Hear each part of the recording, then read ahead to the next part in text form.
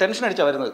Tension അടിച്ച് വരുമ്പോൾ ഞാൻ മലയാളം ഡിപ്പാർട്ട്മെൻറ്റ് അവിടെ ഉണ്ട്. വന്നിട്ട് ഞാൻ എന്ത് പറ്റിയെന്ന് വെച്ചു, പാട്ട് റെക്കോർഡിങ്ങുള്ള കാര്യം എനിക്കറിയാം. അന്ന് ഇതുപോലെ മൊബൈൽ ഫോണൊന്നും വ്യാപകമൊന്നുമില്ല, നമുക്കൊന്നും ഫോണൊന്നുമില്ല. ഇവൻ വന്ന് പറയണം, അല്ലെങ്കിൽ ഏതെങ്കിലും ബൂത്തിൽ പോയി ലാൻഡ് ഫോണിൽ നിന്ന് ബാലുവിൻ്റെ മൊബൈലിലേക്ക് വിളിക്കണം. ബാലു ഇവിടെ വന്നിട്ട് പറഞ്ഞു എനിക്ക് പറ്റുന്നില്ല, എഞ്ചിനീയറുമായിട്ട് വഴക്കായി, ഞാൻ ഇറങ്ങിപ്പോന്നു. നമ്മൾ ഇത് വലിയ ചാൻസ് അല്ലേ, വലിയ സിനിമ, മുരളിയൊക്കെ നായകനാകുന്ന സിനിമ, അതിനകത്ത് നീ പങ്കെടുക്കാതിരുന്ന ഭയങ്കര മോശമായി, നല്ല അവസരമല്ലേ, കളയണ്ട. അപ്പോൾ ഞാൻ പറഞ്ഞു, അപ്പോൾ ഓൾറെഡി ഈ ലക്ഷ്മി എനിക്കറിയാം, ബാലുവിൻ്റെ വൈഫായ ലക്ഷ്മിയെ എൻ്റെ കൂട്ടുകാരിയാവും, എൻ്റെ ഫ്രണ്ട് അവൾ. അപ്പോൾ ഞാൻ പറഞ്ഞു അങ്ങനെ ഒരു ലക്ഷ്മി എന്നൊക്കെ ഞാൻ പരിചയപ്പെടുത്തി തന്നെ. ലക്ഷ്മി വെജിറ്റേറിയനാണ്, സുന്ദരിയാണ്, മുടിയുണ്ട്.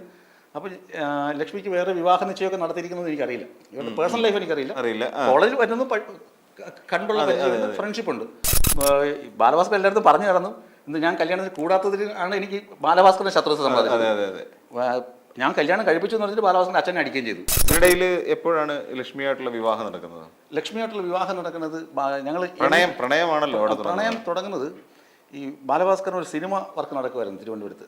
SS ഡിജിറ്റൽ സ്റ്റുഡിയോയിലാണ് അതിൻ്റെ റെക്കോർഡിങ്. MG ശ്രീകുമാറാണ് പാട്ടുകാരൻ.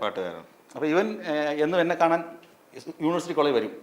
തിരുവനന്തപുരത്തുണ്ടെങ്കിൽ അവൻ സാൻസ്ക്രിറ്റ് അഡ്മിഷൻ ആയിട്ടില്ല. മലയാളത്തിന് ക്ലാസ് തുടങ്ങി, സംസ്കൃതത്തിൽ ബാലഭാസ്കറിന് അഡ്മിഷൻ കിട്ടിയിട്ടില്ല.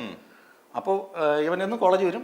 ഞങ്ങൾ ഡിഗ്രി കഴിഞ്ഞിട്ട് കോളേജിൽ നിന്ന് പോയിട്ടില്ല, ഡിഗ്രി കഴിഞ്ഞിട്ടും കോളേജിൽ തന്നെയാണ്. അതായത് വെക്കേഷനും ഇല്ല. പിന്നെ PG വന്നാലും ഡിഗ്രിക്ക് പഠിച്ചവരൊക്കെ അവിടെ തന്നെ ഉണ്ട്. PGക്ക് അപേക്ഷ കൊടുത്തിട്ടേ ഉള്ളൂ, ക്ലാസ് തുടങ്ങിയിട്ടില്ല.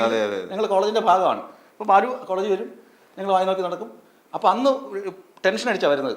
ടെൻഷൻ അടിച്ച് വരുമ്പോൾ ഞാൻ മലയാളം ഡിപ്പാർട്ട്മെൻറ്റ് അവിടെ ഉണ്ട്. വന്നിട്ട് ഞാൻ എന്ത് പറ്റിയെന്ന് വെച്ചു, പാട്ട് റെക്കോർഡിങ്ങുള്ള കാര്യം എനിക്കറിയാം. അന്ന് ഇതുപോലെ മൊബൈൽ ഫോണൊന്നും വ്യാപകമൊന്നുമില്ല, നമുക്കൊന്നും ഫോണൊന്നുമില്ല.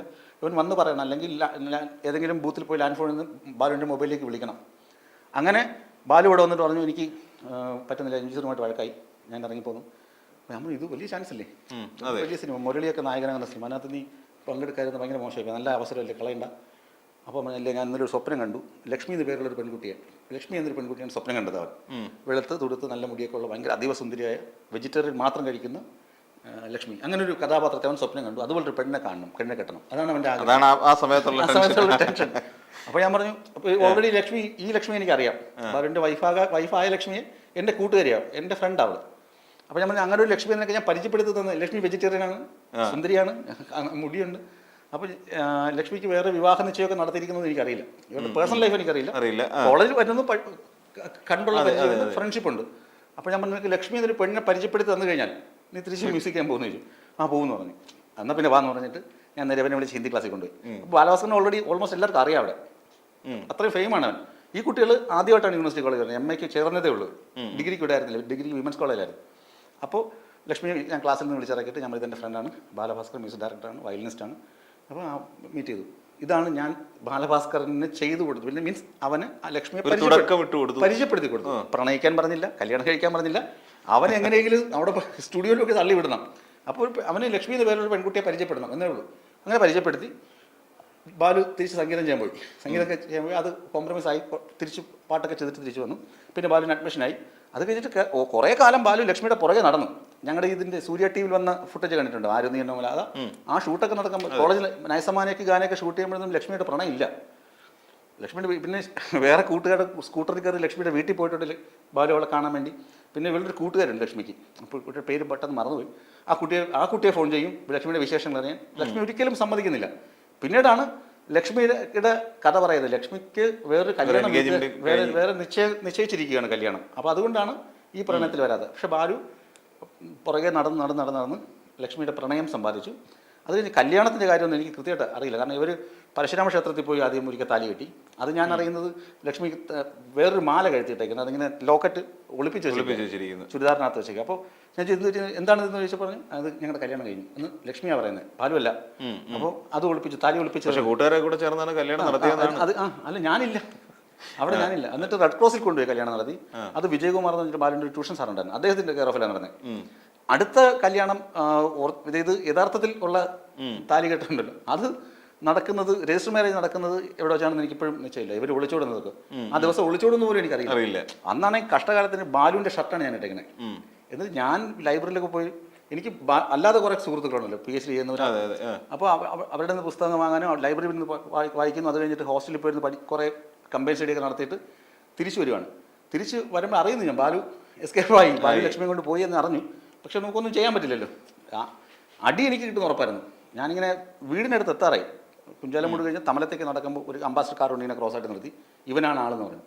ബാലുവിൻ്റെ അച്ഛനുണ്ട്, ബാലുവിൻ്റെ ചിറ്റപ്പനുണ്ട്, വേറെ കുറച്ച് പേരും. എൻ്റെ കരണക്കുട്ടിക്ക് 2-3 അടി. ശരി. എന്നിട്ട് പറഞ്ഞു നീയാണെല്ലാം ചെയ്തത്. ഞാൻ എന്ത് ചെയ്യാൻ, ഞാനിതൊന്നും ചെയ്തതേ ഇല്ല. പക്ഷേ ആക്ച്വലി അച്ഛൻ അറിയാമായിരുന്നത്. അച്ഛൻ ലക്ഷ്മിയുടെ വീട്ടുകാരോട് സംസാരിച്ചിരുന്നു. 2 വർഷത്തെ സമയം ചോദിച്ചു ബാലഭാസ്കറിന്റെ വീട്ടുകാർ. അപ്പോൾ ലക്ഷ്മിയുടെ വീട്ടുകാർ ഒട്ടും സമയം അനുവദിച്ചില്ല. അതാണ് ഈ കോൺഫ്ലിക്റ്റ് വന്നതും പെട്ടെന്ന് അവർ ഒളിച്ചോടാൻ കാരണമായത്. ആ കല്യാണം നടത്താൻ 2 വർഷം ലക്ഷ്മിയുടെ വീട്ടുകാരോട് സമ്മതിച്ചിരുന്നെങ്കിൽ പ്രശ്നം നല്ല കല്യാണം പോയാൽ. ബാലഭാസ്കറും കരുതുന്നത് ഞാൻ ഒറ്റുകാരൻ്റെ തരത്തിലായി. കാരണം ഈ കൂട്ടുകാരൊക്കെ എന്നെ ബാലുവിന്റെ അല്ല കല്യാണത്തിന് ഞാനില്ല. ബാലുവിന്റെ കൂടെ ഇഷാൻ ദേവ് ഉണ്ട്, ഷാജൻ എന്ന് വേറെ കൂട്ടുകാർ ഇപ്പോൾ ഏഷ്യാനെറ്റിലുള്ള ഷാജനുണ്ട്. അപ്പോൾ ഇവരൊക്കെ ബാലുവിന്റെ കൂടെ ഉണ്ട്, ഞാൻ മാത്രമേ ബാലുവിന്റെ കൂടെ ഇല്ലാതുള്ളൂ. അപ്പോൾ ബാലു കരുതി എന്നെ തീർച്ചും ഇവൻ എന്നെ പറ്റിച്ച് എൻ്റെ കൂടെ നിന്നില്ല എന്നൊരു ശത്രുതാ മനോഭാവമായി ആക്ച്വലി ആ കല്യാണ സമയത്ത്. അതാണ് നടന്നത്. എന്നിട്ട് അത് ലക്ഷ്മി ഇപ്പോൾ പറയുമെന്ന് എനിക്കറിയില്ല. എന്നിട്ട് ബാലു UGC പരീക്ഷ എഴുതാൻ, UGC നെറ്റ് എഴുതാൻ വന്നു. ഞാനും ബാലു ഒരുമിച്ച് ആപ്ലിക്കേഷൻ കൊടുത്തു. പക്ഷേ ആ പരീക്ഷയ്ക്ക് അവൻ വന്ന വേറെ 2 പേരും കൊണ്ട് എന്നെ അടിക്കാൻ. ഞാൻ പരീക്ഷയ്ക്ക് വരുമല്ലോ. എന്നിട്ട് അവിടെ വെച്ചിട്ട് ഞാൻ പറഞ്ഞു നീ ഇവരെ കൊണ്ട് അടിക്കാൻ വന്നതാണെന്ന് ചോദിച്ചു. അപ്പോൾ ഞാൻ അതെ നിനക്ക് 2 അടി, ആ ഒരു സൗഹൃദ സംഭാഷണമാണ്. അപ്പോൾ ഞാൻ പറഞ്ഞു നിൻ്റെ അച്ഛൻ കൊണ്ട് തന്നെ അടിച്ചു ആക്ച്വലി, ഞാനാണ് നിന്നെ കെട്ടിച്ചതെന്ന് പറഞ്ഞിട്ട്. പക്ഷേ ഇന്ന് വരെ ഇപ്പോൾ ബാലഭാസ്കർ മരിച്ചു, ഇപ്പോഴും അച്ഛൻ പറയുന്നത് ഞാനാണ് ബാലഭാസ്കറിന്റെ കല്യാണം നടത്തിയത്. ഇപ്പോഴും അച്ഛന് വിശ്വസിക്കാനുള്ള കാരണങ്ങൾ ഈ പിള്ളേർ പൈസയ്ക്ക് വന്നു വീട്ടിൽ. അത് ഇഷാനും അവരൊക്കെ അവർ അച്ഛന് പൈസ വാങ്ങാൻ വന്നു ബാലുവിൻ്റെ ചെലവിന്. ബാലു തങ്ങുന്നത് അച്ഛൻ്റെ അനിയൻ്റെ വീട്ടിലാണ്, ആലോചിച്ച് നോക്കണം. അപ്പോൾ വീട്ടുകാർക്ക് അറിയാതല്ല, ബാലുവിൻ്റെ അച്ഛൻ അറിയാം ബാലു അവിടെ തങ്ങുന്നതാണ്. പൈസ വാങ്ങാൻ വേണ്ടി വന്നപ്പോൾ ചോദിച്ചു ജോയി ഉണ്ടോയെന്ന് ചോദിച്ചു വീട്ടുകാർ. അവർക്കൊരു ധൈര്യം ഞാനുണ്ട്. അപ്പോൾ ജോയി ചേട്ടൻ അവിടെ ഉണ്ട്, എറണാകുളത്തുണ്ടെന്ന് പറഞ്ഞു. ഷാനൊക്കെ പറഞ്ഞിട്ടുണ്ട് അച്ഛനോട്. അച്ഛൻ ഇപ്പോഴത് ഡിസ്ക്ലോസ് ചെയ്യുന്നതിൻ്റെ അടുത്ത്. അപ്പോൾ സ്വാഭാവികമായിട്ടും ഞാൻ പിന്നെ ബാലഭാസ്കർ ജീവിച്ചിരുന്നപ്പോൾ കൊടുത്ത അഭിമുഖങ്ങൾ കല്യാണത്തെക്കുറിച്ച് ചോദിക്കുമ്പോഴേക്കും അത് ജോയി നടത്തിയെന്ന് അങ്ങനെ പറയും.